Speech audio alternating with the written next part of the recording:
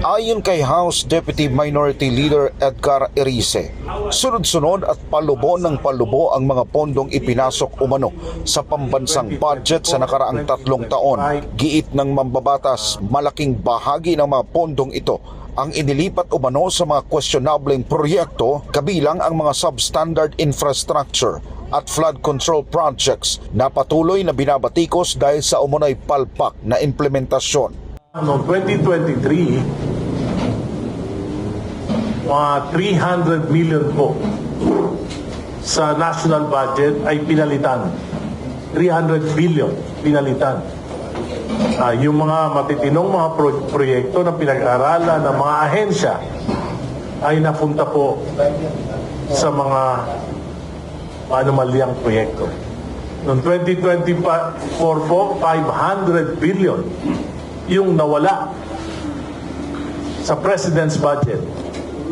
Yung mga matitinong proyekto tulad ng ating mga foreign assisted projects, tulad ng Metro Subway, tulad ng PNR Elevated Railway, lahat po ng budget cover dyan ay tinanggal, inilipat sa unprogrammed appropriations at pinalitan ng mga maanumalyang proyekto. Noong 2025 po, 473 billion po yung inalis sa national budget, pinalitan ng mga maanumalyang proyekto. Kauna-unahan sa kasaysayan ng Pilipinas na may ganito pong kalaking insertions, diversions at amendments sa national budget. Babala pa ng kongresista, maaaring may malalim na epekto ito sa ekonomiya ang malawakang korupsyon dahil umano sa maling paggastos at pagkawala ng tiwala ng mamumuhunan. Nagbabala rin siya na maaaring bumaba sa 3% ang GDP growth ng bansa sa unang quarter ng 2026. At dahil dyan sa mga investigasyon na nangyari, mga knee-jerk reactions ng gobyerno, ano po nangyari? Hanggang ngayon po, wala pong public spending sapagkat walang bidding sa infrastructure. Tinanggal lahat ng mga flood control projects. Kahit yung matitino, tinanggal. Hanggang ngayon po, hindi pa alam kung kailan magkakaroon ng public works bidding. Ano ibig sabihin yan? Daan-daan libong mga construction workers, wala pong trabaho ngayon. Ano po ibig sabihin yan? Maraming malulugi ng mga negosyante, construction supplies, at iba pa. Ano po ibig sabihin yan? Ang hula ko po, may projections, by first quarter, hindi lalagpas. I'm sure, less than 3% ang GDP.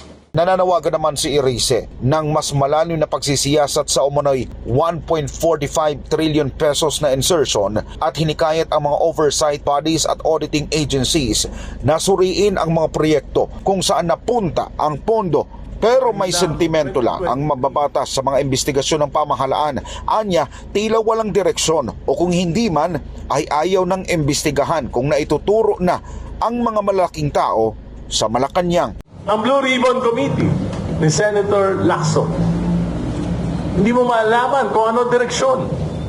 Inagalang ko po si Senator Lacson, pero nakita ko po ngayon, parang walang direksyon yung kanyang pag-iimbestiga. Siya mismo, pinangalanan niya si Executive Secretary Lucas Bersamin at ang pamangkin nito, si Yusek Adrian Bersamin, na tumanggap ng 8 bilyon mula kay Engineer Bernardo. Pero hindi niya po inimbestigahan, hindi niya pinatawag, at ngayon lamang nabasa ko na wala siyang balak ipatawag ang mga Bersamin. Bakit po? Bakit pagka mga kontraktor pinapakulong? Bakit pagka yung mga maliliit na engineers pinapakulong? Nakakasuhan ng mabilis. Pero bakit pag lumalapit na sa doorstep ng Malacanang, bakit pagka mga kabinete na, umihinto, umiiwas na sa investigasyon? Sa gitna naman ng mabibigat na paratang, nananatiling malaking tanong kung magkakaroon ba ng patas na investigasyon upang malinawan ang publiko sa tunay na kalagayan ng pambansang pondo. Para sa Diyos at sa Pilipinas kong mahal, nag-uulat Paul Montemon, SMNI News. Away, nag-file. Para sa akin po, kung yung immediate family mo hindi mo kaya